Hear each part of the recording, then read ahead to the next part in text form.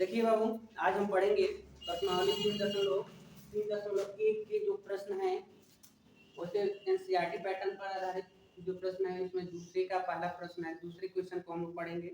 इसमें यौगिक जो रैखिक समीकरण का युग्म दिया गया है, ठीक है, हमेशा पेयर के रूप में देगा। दो चर में रैखिक समीकरण है, हमेशा पेयर यानी दो समीकरण दिए जाएंगे।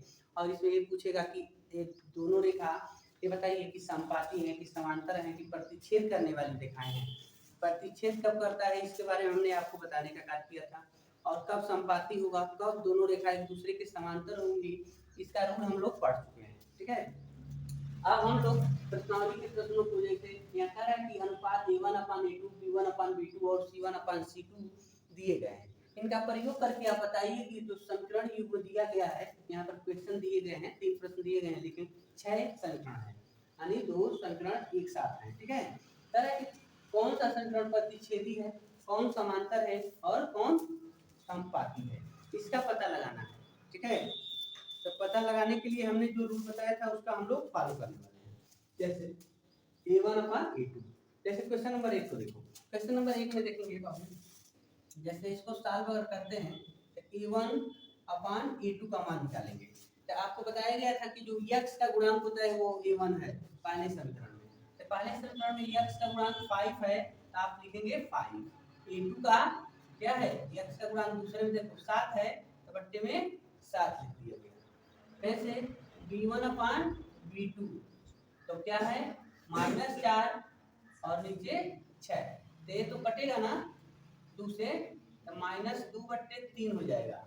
अब तीसरे को तब निकालते हैं, c1/c2 तब निकालते हैं जब a1/a2 और b1/b2 बराबर हो। ठीक है, अगर ये दोनों नंबर बराबर हो गया होता तब हम c1/c2 निकालते, लेकिन हम देख रहे हैं कि यह खुद बराबर नहीं है, तो अगला निकालने की कोई जरूरत नहीं है। जब a1/a2 नॉट इक्वल टू होता है b1/b2 के, मतलब ये बराबर नहीं होता है, इसका ये मतलब होता है कि ये दोनों रेखाएं एक दूसरे को ऐसे कहीं ना कहीं प्रतिच्छेद की है इस बिंदु पर। ठीक है, तो कहेंगे कि यह प्रतिच्छेदी रेखा है। ठीक है, या कह सकते हैं संगत है। ठीक है, संगत है या प्रतिच्छेदी है या अद्वितीय हल है।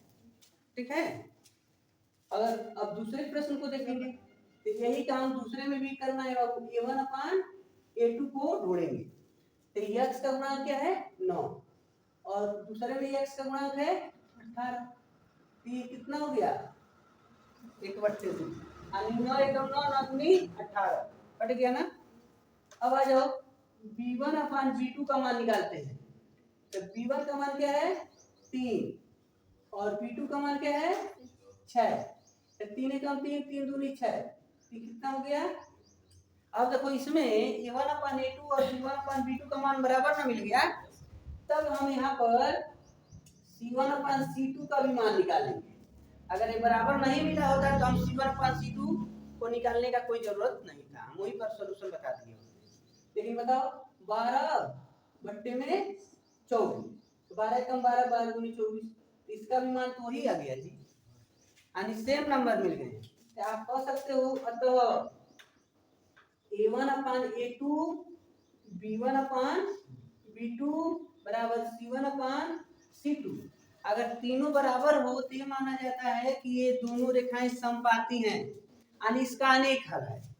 ठीक है, लिखा जाएगा दोनों रेखा समपाती है या अनेक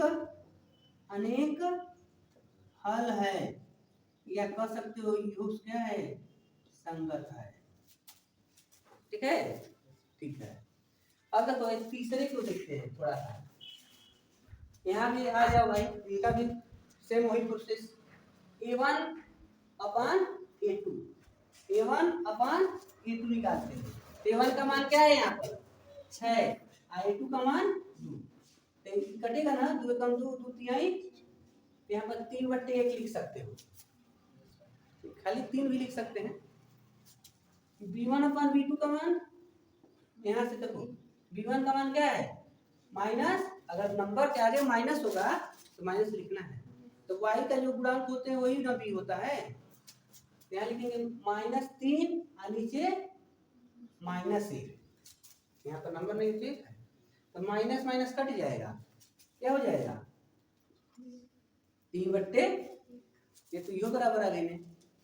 चलो सी को निकालते हैं, C1/C2 10/9, देखो आई सी है और यह यानी C1 है, ये C2 है। अब बताओ ये दोनों सेम है लेकिन एक तीसरा सेम नहीं ना है, आप कह सकते हो A1/A2 बराबर B1/B2 but not equal to C1/C2। जब इस टाइप जब मिलता है तो कहते हैं कि दोनों रेखाएं एक दूसरे की क्या है समांतर चलती जा रही है, ना कहीं मिलने वाली है ना एक दूसरे से दूर होने वाली है, यानी अब कहना है कि दोनों रेखा समांतर है, समांतर रेखा है, ठीक है, या कहेंगे या कोई हल नहीं है, कोई हल नहीं है, इसका कोई हल नहीं है या असंगत है, ठीक है, ऐसे आप इसका सलूशन बता दिए, ठीक है।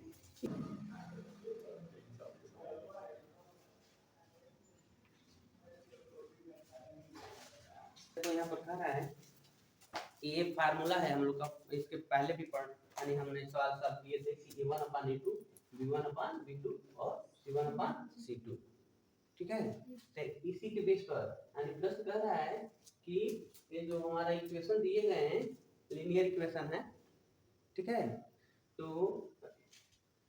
कैसा इक्वेशन है जी, लीनियर है ना, मतलब रैखिक समीकरण कहेंगे, ठीक है, तो इनमें ये हमको जांच करना है कि इसमें से कौन पैरेलल को दिखाता है, समांतर होगा मतलब जिसका कोई हल ना हो, या कौन सा ऐसा समीकरण दोनों है जो एक दूसरे को क्रॉस करके जाते हो, काटते हो, प्रतिच्छेद करते हो, और इसमें से कौन सा ऐसा समीकरण है जो जिसका अनेक हल इन्फिनिटी होना चाहिए पॉइंट, ठीक है, ये हमको इस करके करना है, क्या करना है, तो इसके लिए हमने फार्मूला बताया था जो उसी का यूज करेंगे हम।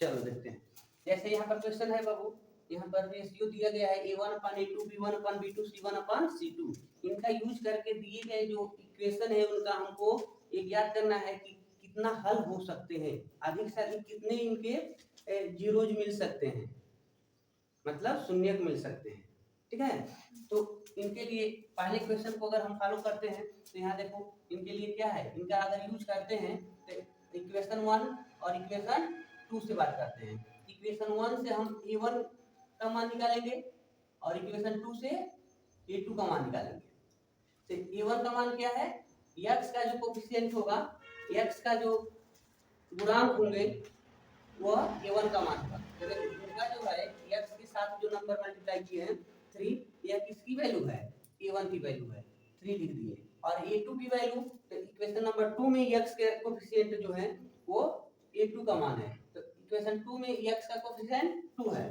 तो आप यहाँ पर A2 की वैल्यू 2 लिखेंगे, यानी सबको नोट कर लेना है, बाद में हम उसमें पुट कर लेंगे, तो B1 का मान क्या हो रहा है और B2 का मान, तो B1 यानी इक्वेशन नंबर 1 से y का कोफिशिएंट 2 हो गया और इक्वेशन 2 से y का कोफिशिएंट -3, अगर माइनस रहेगा तो माइनस के साथ नोट करना है।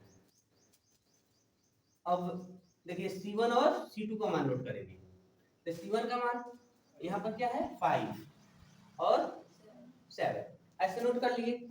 अब हमको क्या करना है, ये देखना है कि इनका जो रेशियो है A1/A2 B1/B2 और C1/C2 कैसा प्राप्त होता है, अगर सेम नंबर मिल जाएंगे, तीनों के तीनों सेम है, तो हम कहेंगे कि इनका क्या अनेक हल होगा, ठीक है, इन्फिनिटी हल प्राप्त होंगे, जैसे आप यहाँ नोट करिए A1/A2 तो क्या है 3/2, B1 का देखते हैं B1/B2 तो यहाँ पर है 2/-3।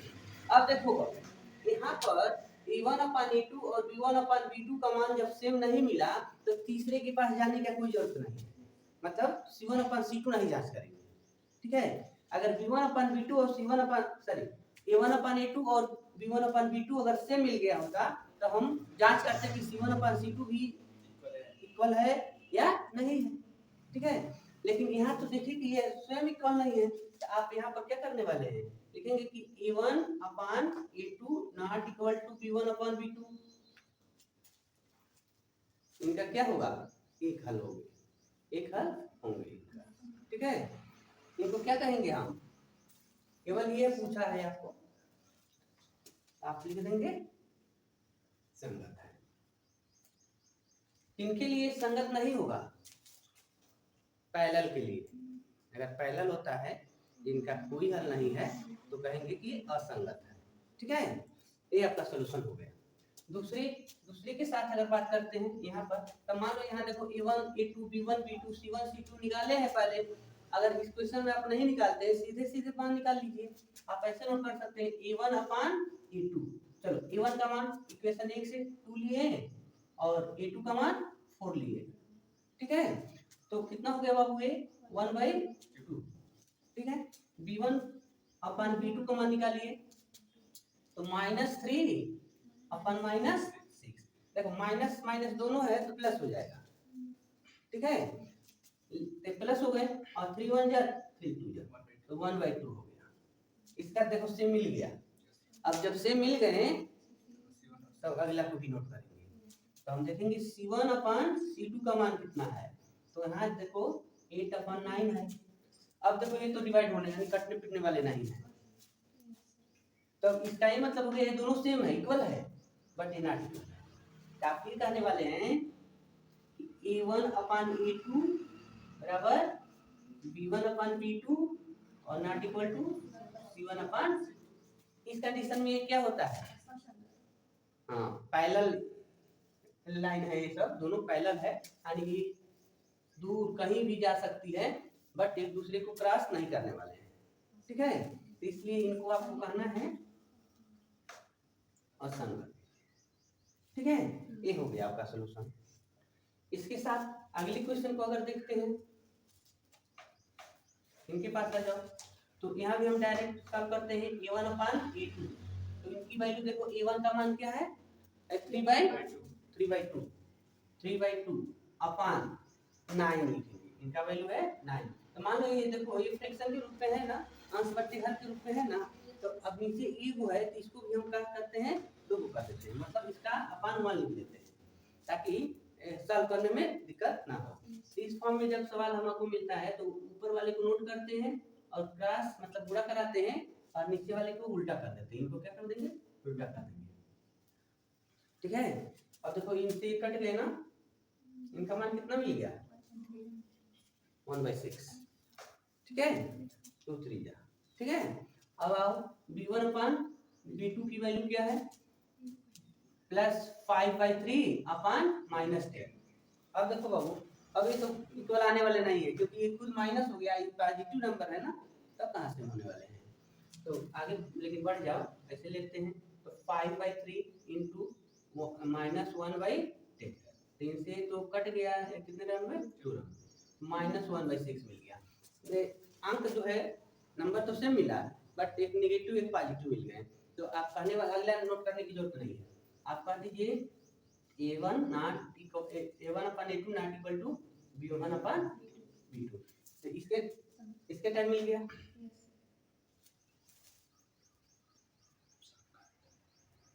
कोई दिक्कत, इसके अतिरिक्त और इसमें 2 क्वेश्चन है 4 और 5, इसको आप सेम सॉल्व करेंगे, ठीक है। चलिए अगले प्रश्न के साथ देखिए, ठीक है। क्वेश्चन नंबर 4 में, ठीक है।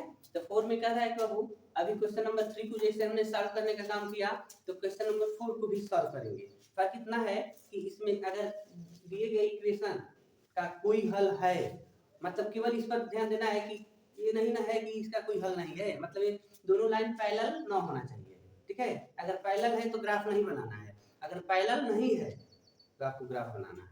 प्रश्न कह रहा है कि अगर इसका कोई हल है तो आप क्या करिएगा, ग्राफ विधि से हल करिए, मतलब x और y की वैल्यू ज्ञात करिए। ठीक है, तो पहले तो हम जांच करेंगे कि अब मतलब इसका कोई हल है कि नहीं है, देखा जाए। तो यहाँ पर देखो इक्वेशन दिया है x + y = 5 और दूसरा दिया है 2x + 2y = 10। ठीक है, तो आपको लग रहा है कि दोनों इक्वेशन एक ही है, यहाँ पर 2 से मल्टीप्लाई कर दिया है इसी में, तो ये मिल गए हैं। ठीक है, तो जैसे अब जांच कर लेते हैं a1/a2 का मान।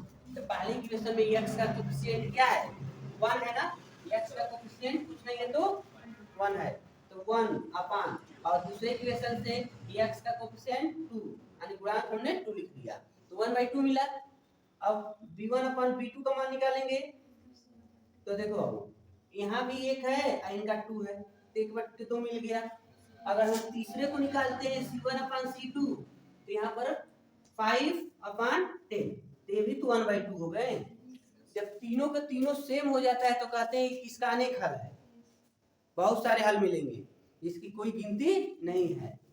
ठीक है, तो हम कह सकते हैं कि यह क्या है, संगत है, और इसका हमको ग्राफ बनाना है।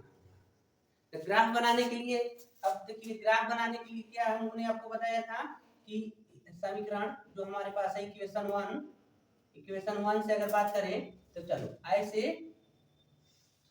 हमने बताया था कि ऐसे कर लेना चाहिए, x और y यहाँ आप चाहें तो 2 ही बिंदु लेकर ग्राफ बना सकते हैं, 2 ही पॉइंट से ग्राफ बन सकता है, या अपने मर्जी से 4-5 बिंदु भी नोट करें तो भी कोई बात नहीं है। तो हम चलिए 2 या 3 बिंदु लेते हैं। ठीक है, तो चलो 3 पार्ट करते हैं, यानी 3 बिंदु लेने वाले हैं। पहले में आपको 0 रखना है, पहले राउंड में x की वैल्यू क्या कर दो, 0 कर। ठीक है, x की वैल्यू अगर 0 करें, किस समीकरण के लिए कर रहे हैं, पहले समीकरण, यहाँ लिखे ना समीकरण 1 से इक्वेशन नंबर 1 से। तो जब हम पहले को पकड़ के ले आएंगे, मान लो x + y = 5 है ना, और x के स्थान पर हमको क्या पुट करना है, 0। जब यहाँ 0 रखेंगे तो y की वैल्यू हमको क्या मिल गई, 5। देखो ये 0 हो गया, x तो 0 हो गया, तो y बराबर, ठीक है, यहाँ पर 5 लिख देते हैं। ठीक है, अब आ जाओ, अब दूसरा कोई भी मान लो, चलो क्या ले, दूसरा कोई नंबर बताओ, अपने मर्जी से बताइए, चलो 1 ही ले लें।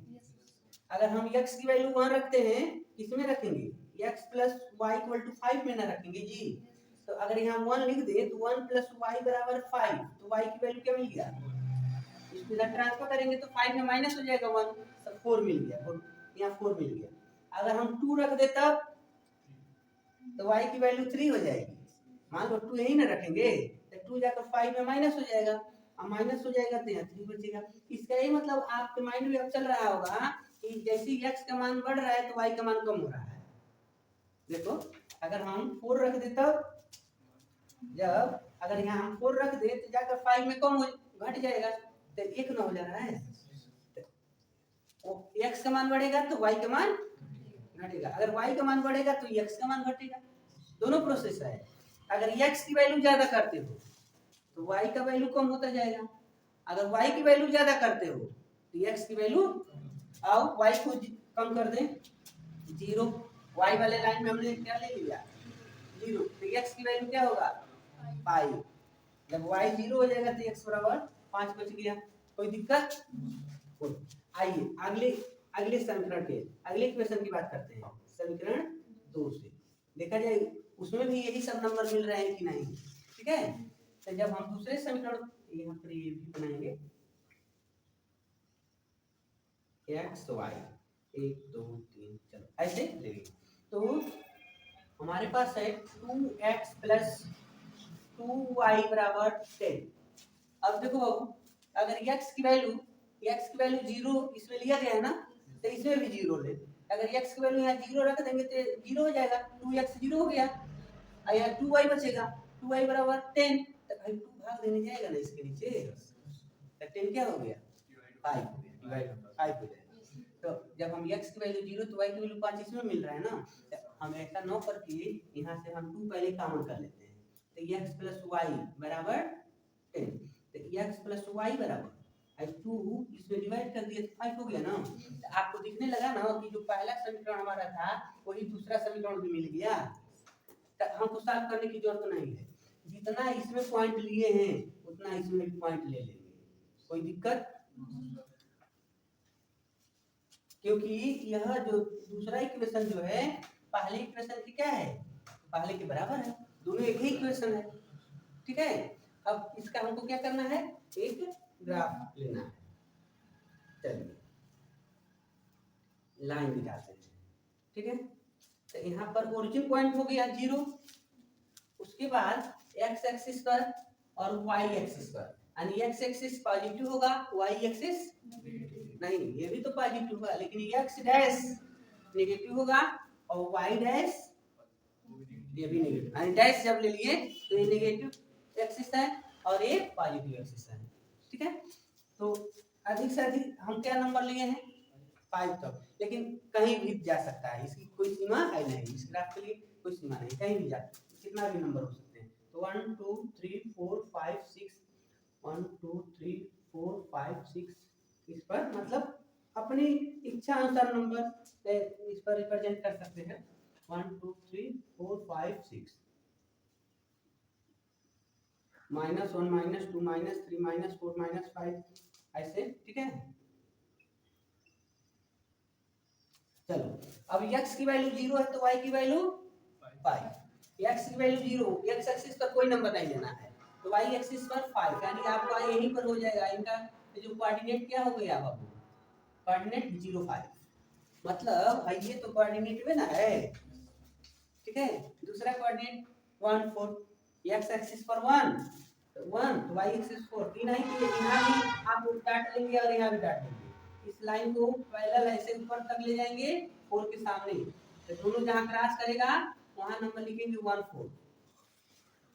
उसके बाद है 2 3, तो x एक्सिस का 2 और y एक्सिस का 3, एक दूसरे को यहाँ ना क्रॉस कर दिया, तो 2 3। उसके बाद 4 1, x एक्सिस पे 4, y एक्सिस पर, तो यहाँ हो गया 4 1।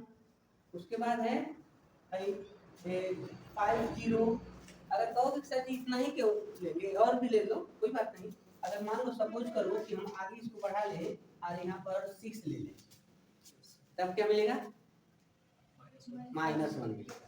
अगर हम यहाँ पर 7 ले लें तब क्या मिलेगा, -2। मतलब ये जितना ही बढ़ेगा y की वैल्यू उतना ही कम होने वाली है, लेकिन इस साइड में आओगे तो y की वैल्यू जितने बढ़ेगा x के मान उतना ही कम होगा। इधर आएंगे तो x कम ना है 0 से, तो अगर चलो थोड़ा सा ले लिए हैं, चलिए हैं 6 7 ले लिए, 7 तो है नहीं हमारे पास, 6 लेते हैं केवल, यहाँ एक आ रहा है ना, जब हम 6 लेंगे इधर आएगा ना, x एक्सिस पर 6, अरे यार यहाँ लेना है, यहाँ x एक्सिस पर 6 y एक्सिस नीचे ना आएंगे ऐसे, यहाँ पर आ रहा है, इधर हम नहीं बढ़ाना है, तो यहाँ हो गया 6 माइनस, ठीक है। अब देखो इतनी लाइन में आएंगे ऐसे, इधर भी बढ़ाएंगे तो ऐसे बढ़ता चला जाएगा, एक ग्राफ आपका बन गया। अब देखो, अब तुम सोचोगे कि इसके लिए लाइन हमने बनाया, रेखा बनाया कि इसके लिए बनाया, अरे दोनों एक ही ना है, तो दोनों के लिए बनाया। आप यहाँ पर कह सकते हैं इसका नाम है x + y = 5 या 2x + 2y = 10 या 3x + 3y = 15 15, ठीक है, ऐसे बढ़ता चला जाएगा। तो ये आपका सॉल्यूशन हो गया। लेकिन ग्राफ कब बनाना है, जब पैरेलल होगा तब नहीं। अगर ये अगर ये बराबर नहीं आया होता ना, ये दोनों बराबर हुआ होता है, बराबर नहीं आया होता तब हम ग्राफ नहीं बनाए होते। क्यों, क्योंकि अलग अलग लाइन बन गया होता, जैसे ट्रेन की पटरियां पैरेलल होती हैं, दूर तक चली जाएंगी, कहीं क्रॉस से नहीं करेगा, ठीक है, तो उस केस में नहीं बनाना है। आपको इस तरीका से आपको प्रश्न को सॉल्व करना है। इसमें 3-4 प्रश्न हैं, 4 प्रश्न हैं, इसमें से एक हमने सॉल्व किया, अभी एक और सॉल्व करते हैं, आगे देखिए आप।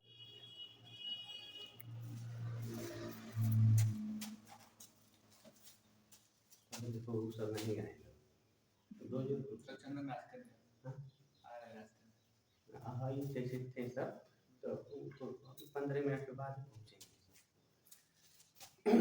चलिए क्वेश्चन नंबर जैसे 4 हमने बताया, 4 का पहले क्वेश्चन को देखे थे।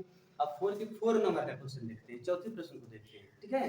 तो इसमें जो प्रश्न है, इक्वेशन दिया गया है 2x 2y - 2 = 0 और 4x - 4y - 5 = 0।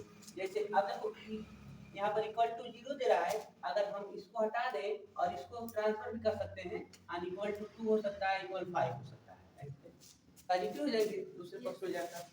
तो ऐसे ही क्वेश्चन 1 और 2 हो गया। अब प्रश्न का मुताबिक अगर कह रहा था कि अगर ये क्वेश्चन जो है हमारे पास संगत बनते हैं, मतलब इनका इंटरसेक्ट करते हैं, इनका लाइन जो है इंटरसेक्ट करती है, कोई सॉल्यूशन मिलता है, तब तो आप ग्राफ बनाइएगा, अन्यथा मत बनाइएगा। अगर कोई सॉल्यूशन नहीं मिलता है तो ग्राफ मत बनाइएगा। लेकिन चलिए हम आपको ग्राफ बनाकर दिखाते हैं, सॉल्यूशन मिले या न मिले, दोनों केस में, ठीक है। तो इस वाले प्रश्न को हम सॉल्व करते हैं। तो सबसे पहले हम पता करेंगे कि ये कैसी रेखा है, कैसा इक्वेशन दिया गया है, पैरेलल है कि नॉन पैरेलल है, ठीक है। तो यहाँ पर आपको a1/a2 देखना है। तो a1 की वैल्यू है 2 और a2 की वैल्यू है 4। तो कितना हो गया, 1/2 हो गया, 2 हो गया, यहाँ 1/2।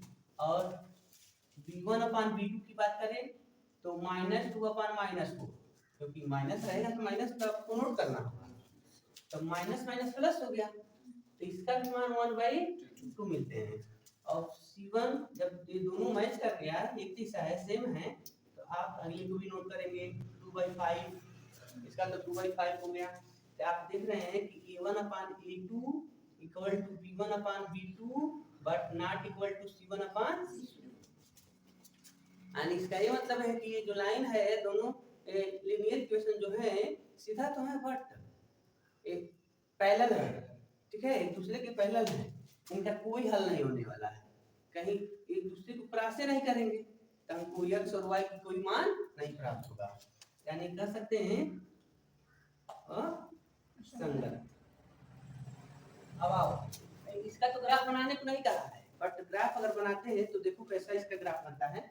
थोड़ा सा यहीं पर इक्वेशन 1 से अगर देखा जाए, ऐसे 2-3 मान निकालते हैं x और y, ऐसे कर लिया जाए।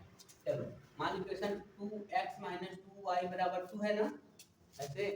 तो अगर यहाँ से हम 2 कॉमन कर लेते तो x - y = 2 होगा। अगर हम 2 पहले पक्ष से कॉमन किए हैं, पहले साइड से, तो अब ये 2 जाकर इधर डिवाइड कर दे तो क्या हो जाएगा, x - y = 1 हो जाएंगे। अब मान पुट करिए, अगर x की वैल्यू हम 0 रखते हैं तो y की वैल्यू बताओ, y की वैल्यू क्या हो जाएगा। अगर x के स्थान पर 0 पुट कर दें तो y के स्थान पर क्या होगा, -1। क्यों, क्योंकि यहाँ 0 माइनस y इधर पॉजिटिव 1 है, तो हम इस जब 0 हटिए गया तो -y बराबर तो कौन कहेंगे, हमको y की वैल्यू लेना है। y को अगर इधर ट्रांसफर कर देते हैं तो पॉजिटिव हो जाएगा, और इस 1 को इधर ट्रांसफर करते हैं तो नेगेटिव हो जाएगा। या हम सीधे कह सकते हैं कि y की वैल्यू -1, ठीक है, -1। अब आ जाओ, अगर x का मान हम 1 लेते हैं, तब थोड़ा बड़ा नंबर ले लेते हैं, चलो 2 रखते हैं। तो जब अब यहाँ 2 रखेंगे, इसके पास 2 रखेंगे, इसके पास, तो मान लो 2 - y = 1, ठीक है। तो अब इस y को इधर ट्रांसफर करो और 1 को इधर लाओ, तो 2 - 1 हो जाएगा ना, देखो 2 - 1 = y ना हो जा रहा है। तो y की वैल्यू क्या मिल गई, +1। तो यहाँ +1 लिख दिए। अब y का मान हमको क्या रखना है, कोई भी नंबर, y का मान मान लो हम 5 रख देते हैं, तो यहाँ पर हमने 5 रख दिया, तो 5 - y = 1, ऐसा होगा ना, समझ रहे हो। तब यहाँ देखो 5 इस 1 को इधर लाओ, -1 = y, तो y की वैल्यू 4। यानी जितना रख रहे हैं उससे एक नंबर कम आ रहा है। अब आप नकल कर सकते हो, अगर हम यहाँ पर 6 रख देते तो यहाँ पर क्या आ जाएगा, x का मान जितना भी हो रहा है उससे एक नंबर कम y का मान, ठीक है। चलो अब हम इक्वेशन इसको हटा दे रहे हैं, ये तो आप रफ कर सकते हैं अपने कॉपी पर, ऐसे कोई कई मान निकाल सकते हैं ना। और इक्वेशन 2 से अगर बात करें तो 2 को लाओ, 2 के पास आ गए। इसमें x और y रहेंगे, तो यहाँ भी हम अपने पास से कोई भी वैल्यू पुट कर सकते हैं। तो यहाँ बाबू जैसे ये हमारा इक्वेशन है 4x माइनस 4y बराबर 5। अब चलो अगर यहाँ से हम 4 कॉमन कर लें तो ये बट्टे में आ जाएगा, अपान के रूप में आ जाएंगे, तो उतना कोई मजा नहीं आएगा, लेकिन चलो कर देते हैं 4 कॉमन x माइनस वाई बराबर 5, तो x माइनस वाई बराबर 5/4 ऐसे हो रहा है। अब हम x की वैल्यू क्या पुट कर दिए 0, जब x की वैल्यू 0 रख देंगे तब माइनस वाई बराबर 5/4, तो कितना होगा -5/4, क्योंकि ये माइनस इधर ट्रांसफर हो जाएंगे। अगर x की वैल्यू 1 रख दे तब 1 नहीं 2 रखते हैं, जो नंबर इसमें लिए वही इसमें भी लेते जा रहे हैं, 2 रखते हैं, तो क्या होगा बाबू यहाँ 2 रखेंगे ना 2, तो मान लो माइनस वाई है, तो माइनस वाई को दूसरे पक्ष में ट्रांसफर कर दें, यहाँ हो जाएगा 2 माइनस 5/4 बराबर वाई, तो 4 2 जा 8 हाँ, तो इसमें 5 माइनस कर दो 3/4 हो जाएगा। ऐसे देखिए 4 2 जा 8 माइनस 5/4 ऐसे ना हो जाएंगे, इक्वल टू y कितना हो रहा है y की वैल्यू 3/4, ठीक है। अगर हम 5 रख दे तब 5 रखते हैं, यही ना 5 रखेंगे, अब इसी में सुधार कर रहे हैं, तो यहाँ 5 रखते हैं, तो यहाँ भी 5, तो अब 5 चौके 20 में 20 में 5 माइनस कितना बचेगा 15/4, 15/4 ऐसे हो गया। अगर हम 6 रख लें, 6 रख देते हैं तो क्या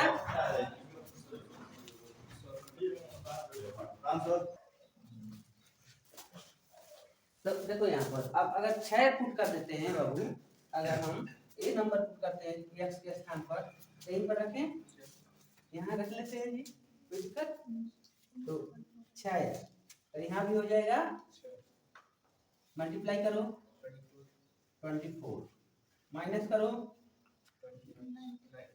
99, 19/4 ऐसे मिल गया।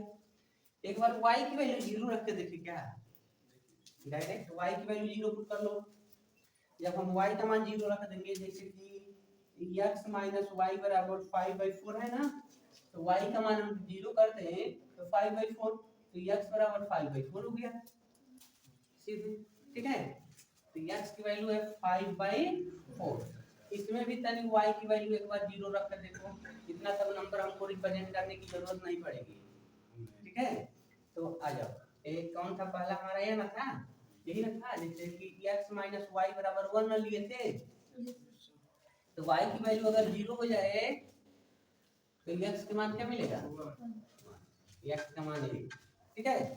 चलो तो वैसे तो इसका ग्राफ बनाने को नहीं कर रहा था, बट हम ग्राफ बनाकर देख लेते हैं, बैठ जाइए। तो आइए थोड़ा सा हम ग्राफ देखते हैं इसका, ठीक है। तो ग्राफ बनाने के लिए सबसे सुपर यही होता है कि एक बार x की वैल्यू 0 करते हैं तो y का मान मिलता है, और एक बार y की वैल्यू 0 करो तो x का मान मिलेगा, और उसी को केवल आप दर्शा दीजिए, ठीक है।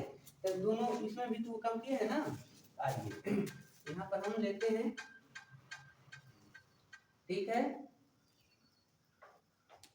1 2 3 4 5 6 7, 1 2 3 4 5 6 7 ऐसे 1 2 ऐसे आप नंबर, ये निगेटिव नंबर होंगे, ठीक है, और इस पर भी निगेटिव नंबर होंगे। अब देखो क्या पहले हमको लेना है कि x की वैल्यू 0 तो y की वैल्यू -1, तो -1 यहाँ ना है, y की वैल्यू ना -1 है जी, तो हमको इस पर ना लेना है -1 -2 -3 -4 -5, तो हमको यहाँ पर प्रेजेंट करना है, यानी 0 -1 y x पर -1 लेना है, देखो y की वैल्यू ना है, हो गया। अब सीधे यहाँ x की वैल्यू +1 तो y की वैल्यू 0, इसका मतलब यहाँ पर हमको, हाँ ठीक है, 1 0, बाकी को आप न दर्शाएं तो भी कोई बात नहीं, या दर्शाते हैं तो जैसे जब इस लाइन को मिलाएंगे तो ऐसे देखा जाएगी ना, तो उसी पर ये सभी पॉइंट आएंगे। चलो दिखाते हैं, x एक्सिस पर 2 तो y एक्सिस पर 1, तो x पर 2 और y पर 1, ऐसे ना है। यहाँ आ गया 1, x एक्सिस पर 5 1 2 3 4 5, y एक्सिस पर 4 1 2 3 4। चलो यहाँ आ गए, तो लेते हैं 6 तो 5, जब 6 लेंगे तो 5 के सामने यहाँ मिल जाएगा, ठीक है। नेगेटिव लेंगे तो इधर आएगा, लेकिन चलो इसको मिला देते हैं ऐसे, अगर आगे आते हैं तो ऐसे आ जाएगा। यही लाइन आपका हो गया लीनियर इक्वेशन। तो अभी तो एक होगा ना, तो इसी का पैरेलल ना दूसरा होना चाहिए, तो दूसरा यह दूसरे के लिए है ना ग्राफ बनाए हैं, मतलब हम सारणी लिए हैं। तो चलिए इनको रिप्रेजेंट करते हैं। तो x एक्स पर 0 तो y एक्स पर -5/4, -5/4 का मतलब डिवाइड करके देखो, 5 में अगर 4 से डिवाइड करते हो तो 1 1 जा 4 1 जा 4, तो 1 होगा, पॉइंट लिए 0 तो 2 1.2 लगभग, एक से थोड़ा सा ज्यादा, ठीक है। हाँ तो नेगेटिव की तरफ ना, तो y के नेगेटिव, तो y के नेगेटिव थोड़ा सा यहाँ, मान लो यहाँ आ गए 1.25 का है ना, तो थोड़ा सा इधर आ जाएगी, यहाँ आ गए, ठीक है। यहाँ का नंबर है क्या है 0 -5/4, और उसके बाद 0 इधर आ जाओ, जब y की वैल्यू 0 तो यहाँ पर 1 मिला, तो जब y की वैल्यू 0 तो पॉजिटिव x एक्स पर 5/4 ना है, तो 5/4 यही ना आएगा, ठीक है। तो इनका हो गया 5/4 0, ठीक है। अब बाकी इन लोगों को आप दर्शाएंगे ना, तो किनारे में से होता हुआ चला जाएगा, मतलब अगर हम इसको मिला देते हैं ऐसे एक लाइन खींची जाएगी, तो ये दोनों लाइन एक दूसरे के पैरेलल हो गया, एक दूसरे के पैरेलल हैं, समांतर हैं, कहीं एक दूसरे को काटने वाली नहीं है, तो इसका कोई हल नहीं है, ठीक है। तो ये ग्राफ हो गया। अगर पूछे इस लाइन का नाम क्या है, इस लाइन का नाम है बाबू 2x - 2y = 2, और इस लाइन का क्या नाम है, तो 4x - 4y = 5, ठीक है। इस तरीके से हो गया। वैसे तो हम लोगों से केवल इतना ही पूछा था, सॉल्व इतना ही करना था, इतना काम तो हमने आपको इस तरह करके दिखा दिया, ठीक है। अब क्वेश्चन नंबर 5 को देखेंगे, अगले प्रश्न में क्या कहता है, इसको आप बनाइए, ठीक है। तो यहाँ पर देखो लिखेंगे बाघ की लंबाई यानी लेंथ कितना है x मीटर, और बाघ की चौड़ाई कितना हो गया बाबू y मीटर, ठीक है। लेकिन ऐसे हम नहीं ना सॉल्व कर पाएंगे प्रश्न के मुताबिक, मतलब हमको इक्वेशन पहले बनाना है, लीनियर इक्वेशन बनेगा दो, तब हमको सॉल्व करना है। तो आ जाओ पहले ये बताओ, अर्ध परिमाप हाफ पेरीमीटर का मतलब क्या हो गया, या तो यहाँ से यहाँ चले जाओ, या तो यहाँ से यहाँ चले जाओ, या यह दोनों ले लो, मतलब एक लंबाई और एक चौड़ाई, वही ना हो गया। आधा परिमाप का मतलब होता है एक लंबाई प्लस एक चौड़ाई, अब पूरा परिमाप का मतलब हो गया दोनों लंबाई दोनों चौड़ाई का योग, ठीक है। तो प्रश्न में कहा है कि हाफ पेरीमीटर मतलब जो है अर्ध परिमाप 36 दिया है, मतलब x + y का मान कितना दिया है 36 दिया है। लिखेंगे बाघ का अर्ध परिमाप, ठीक है 36, यानी अर्ध परिमाप कौन मान परिमाप होता तो 2x + 2y बराबर लिखते, दोनों का दोगुना, क्योंकि दो को x ना है तो 2x लिखते, लेकिन अर्ध परिमाप दिया है तो केवल एक x लिखेंगे और एक y लिखेंगे, यानी लंबाई प्लस चौड़ाई। फार्मूला होता है परिमाप का 2 लंबाई प्लस चौड़ाई, आयत का परिमाप का फार्मूला। अर्ध परिमाप 2 हटा दिए, लंबाई प्लस चौड़ाई, तो लंबाई क्या है हमारे पास x है, चौड़ाई y है, ये किसके बराबर है 36 के बराबर है, 36 मीटर दिया हुआ है, ठीक है। अब प्रश्न कह रहा है, प्रश्न कह रहा है कि लंबाई जो है चौड़ाई से कितना अधिक है 4 मीटर अधिक है, ठीक है, तो इसको कैसे हम दिखाएंगे? मान लो हम ही कर रहे हैं कि 14 जो है 14 10 से 4 अधिक है, ठीक है, तो कैसे इसका संबंध बताओ? तो अगर हम 14 में 10 घटा दें तब 4 बचेगा ना, या किसके हो जाएगा? अगर ये हो गया 24 20 से 4 अधिक है तो रिलेशन क्या होगा? 20 माइनस 24 माइनस 20 बराबर, तो हम ही कह रहे हैं कि लंबाई चौड़ाई से कितना अधिक है? 4 अधिक है। लेकिन मतलब लंबाई में चौड़ाई घटा देंगे तो 4 के बराबर होगा ना, समझे? तो अब बताओ लंबाई इसमें क्या है? x ना है, तो लंबाई की जगह पर x लिखने वाले हैं और चौड़ाई की जगह पर y लिखने वाले हैं, बराबर किसके हो जाएगा? और 4 के, ठीक है। यहाँ लिखेंगे x minus y equal to equation number 2, ठीक है। तो अब बताओ 2 इक्वेशन हमको मिल गया, 2 मिल गया ना, लीनियर इक्वेशन हमको पेयर में मिलेगा तभी ना हम सॉल्व कर पाएंगे। अब x और y का मान ज्ञात करना है बाबू।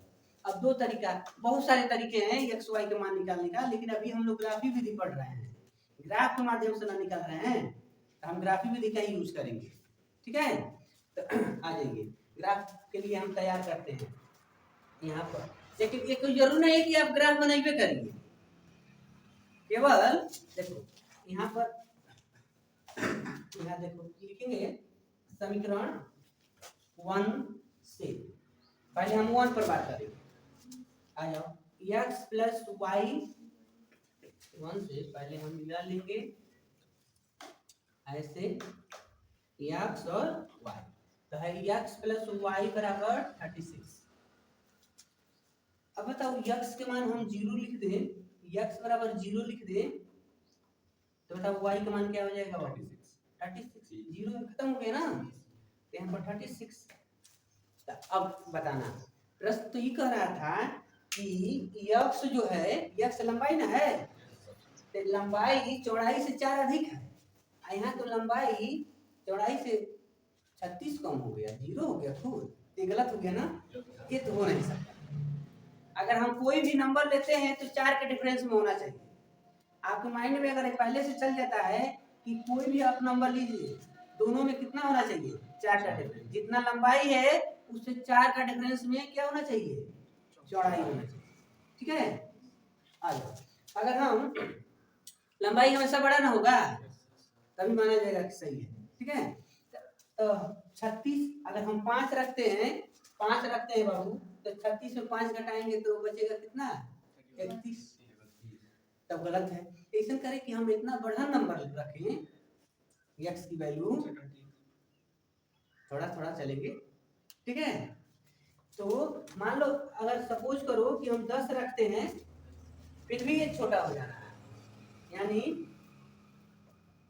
यहाँ लिखते हैं बाबू x बराबर 10 पर, ठीक है। तो नीचे जगह पर लिखेंगे 10 प्लस वाई इक्वल टू 36, तो y के मान 36 माइनस 10, तो y के मान मिल गया बाबू 26। अभी ये भी गलत है, यहाँ भी ये भी गलत हो गया ना, हमेशा x का मान बड़ा होना चाहिए।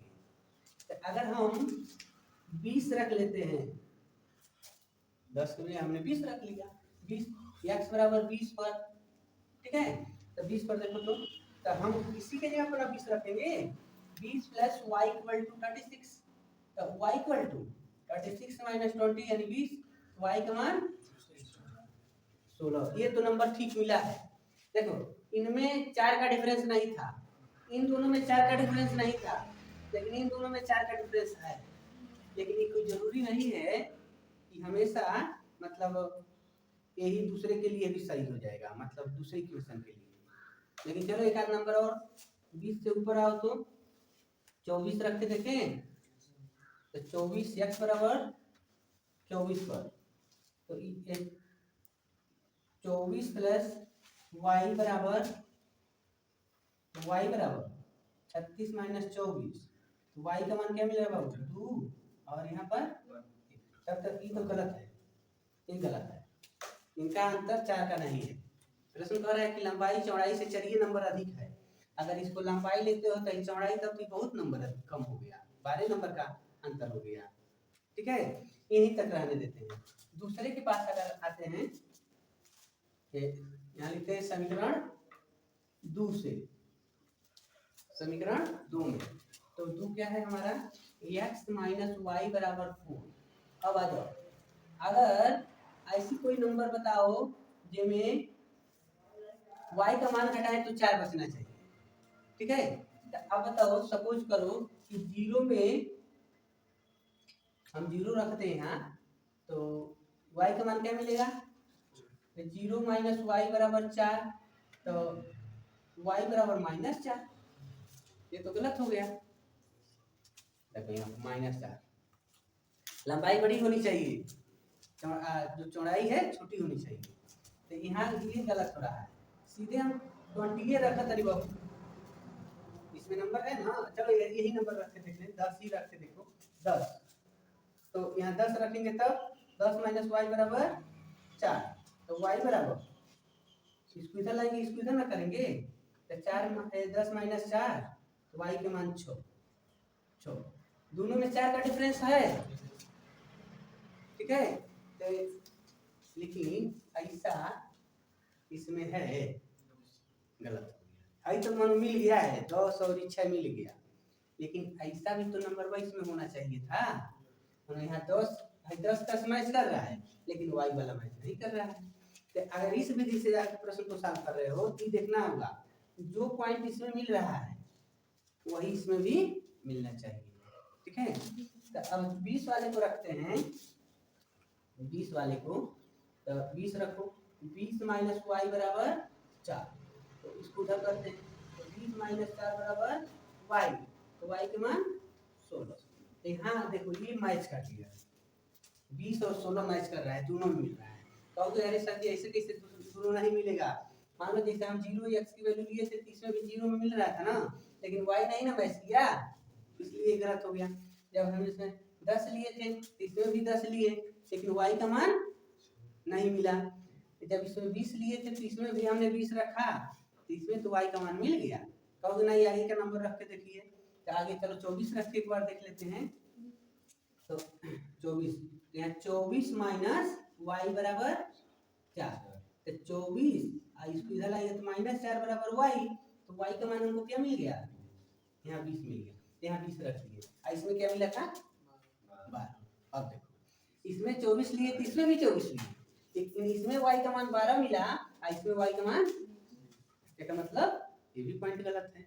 मतलब आपका जो भी नंबर रखे दोनों में सेम मिलना चाहिए, x और y का मान, आज जो सेम मिल गया वही आपका सॉल्यूशन। ठीक है, इसका मतलब है जो है 20 और 16 है, दोनों में मैच किए हैं, ये हम लोग का सॉल्यूशन है। ठीक है, क्या लिखेंगे ये, अतः, मतलब इससे है। ठीक है बाबू, अतः लंबाई इक्वल टू 20 मीटर और चौड़ाई इक्वल टू 16 मीटर। उत्तर की जांच अगर करना चाहते हो तो दोनों को जोड़कर देखो 36 होना चाहिए, दोनों में अंतर 4 का होना चाहिए, जो कि है। ठीक है, इस तरीके से सॉल्यूशन हो जाएगा। क्वेश्चन में कह रहा है 5वें प्रश्न में कि बाबू एक रैखिक समीकरण दिया हुआ है, एक दिया है और दूसरा ज्ञात करो, क्योंकि हमेशा हमको 2 चाहिए, तो कैसा कैसा ज्ञात करेंगे उसका प्रतिबंध दिया है। कह रहा है कि 2x + 3y - 8 बराबर 0 जोन है, तो इसी का एक दूसरा समीकरण ज्ञात करो जो प्रतिच्छेद करती रेखाएं हो, मतलब इसके प्रतिच्छेदी रेखा, मतलब इस रेखा को काट के जाने वाली रेखा बताओ। ठीक है, तो आप जब सॉल्व करेंगे, मान लो समीकरण ले लो 2x + 3y - 8 है ना जी, इसको हम इक्वलेट लिख दे तो कोनो दिक्कत है। ठीक है, अब देखो हमको कैसा रेखा निकालना है, प्रतिच्छेदी रेखा का प्रतिबंध। प्रतिबंध क्या है, कैसे जानेंगे कि ये दोनों रेखाएं प्रतिच्छेद करती हैं, तो उनका प्रतिबंध होता है a1/a2 ≠ b1/b2 से। ठीक है, अब इसी का कॉपी कर लो, आपका सॉल्यूशन मिल जाएगा। आप अपने मर्जी से कोई भी नंबर लिख सकते हो, मान लो जैसे ये किया है ना, तो ये किया है तो इसमें A1 का मान क्या है 2 है, तो A2 का मान अपने मर्जी से कुछ रख लो। देखो से लिखे है ना, तो यहाँ आप यहाँ पर इनके जगह पर 3x लिख दो और प्लस ऐसा कुछ लिखना कि मान लो जैसे यहाँ अब 2/3 आ गया ना, हम इसको लिखेंगे A1 के मान 2 और A2 के मान 3, तो 2/3। अब यहाँ पर 3 कुछ होना चाहिए, मानो सेम नहीं होना चाहिए, तो यहाँ लिख देंगे। चलो 5 बोले हो तो 5 y लिख दिए, और यहाँ पर 8 ही लिख लो, चाहे दूसरा कोई नंबर लिख दो, कोई बात नहीं। ये आपका सॉल्यूशन हो गया। मतलब इसके टाइप का होना चाहिए, यानी दोनों बराबर नहीं आना चाहिए। इसी का कॉपी करके आपको सवाल सॉल्व करना है। दूसरा कह रहा था, दूसरा है समांतर। समांतर हो तो समांतर होने का प्रतिबंध क्या है, A1/A2 बराबर B1/B2 not equal to C1/C2 से। ठीक है, तो मान लो जो हमको दिया गया है 2x + 3y बराबर 8, ये तो दिया है पहला समीकरण। इसी का दूसरा समीकरण निकालना है। ये बताओ इसमें क्या है, A1/A2 और B1/B2 बराबर ना होना चाहिए। तो जैसे यहाँ पर हम 2x है तो यहाँ 4x लिखते हैं, इसमें दूसरे गुणा कर दो तो 6y लिख दिए। यानी अनुपात निकाल कर देखो तो मान लो 2/4 3/6, तो ये 1/2 हो जाएगा। आइयो तो 1/2 हो जाए, इसका मतलब बराबर आ गया ना। तीसरा बराबर नहीं आना चाहिए, बराबर 10 लिख दो, 5 लिख दो, 12 लिख दो, मतलब कुछ और लिख दो, 1/2 नहीं होना चाहिए। ठीक है, लेकिन 16 लिख देंगे तब तो बराबर हो जाएगा, तब गलत हो जाएगा। तो हमको ऐसे लिखना है। ठीक है, तो ये आपका सॉल्यूशन हो गया। ठीक है, अभी नहीं कि आंसर शीट से जब मैच कराओगे किताब में तो जरूर नहीं कि ऐसे ही लिखा होगा, मतलब वो दूसरा भी नंबर लिख सकता है। अब 3 नंबर में है संपाती होना, तो इसके लिए है A1/A2 B1/B2 C1/C2 से। जब तुम्हारा समीकरण है 2x + 3y बराबर 8 ना बाबू, एक काम करो, एक नंबर कोई फिक्स कर लो और उसी से इन लोगों में मल्टीप्लाई कर दो, हो जाएगा। अगर 2 से करते हो तो यहाँ 4x, 2 से करेंगे तो 6y और 16। ठीक है, या 3 से कर दो तो यहाँ पर हो जाएगा 6, यहाँ हो जाएगा 9, यहाँ हो जाएगा 24, या 5 से कर दो, मतलब किसी भी एक नंबर से आप मल्टीप्लाई करना तो सबके साथ कर देना है। ठीक है, या किससे कर दें, चलो 5 से कर दें, 5 से कर देते हैं, तो यहाँ हो जाएगा 10x 15y 40 बराबर इक्वेशन नंबर 2। ये आपका संपाती का समीकरण हो गया। इस तरीके से जो क्वेश्चन नंबर 5 थे वो सॉल्व हो गए। ठीक है, अब एक सवाल आपके लिए होमवर्क होगा।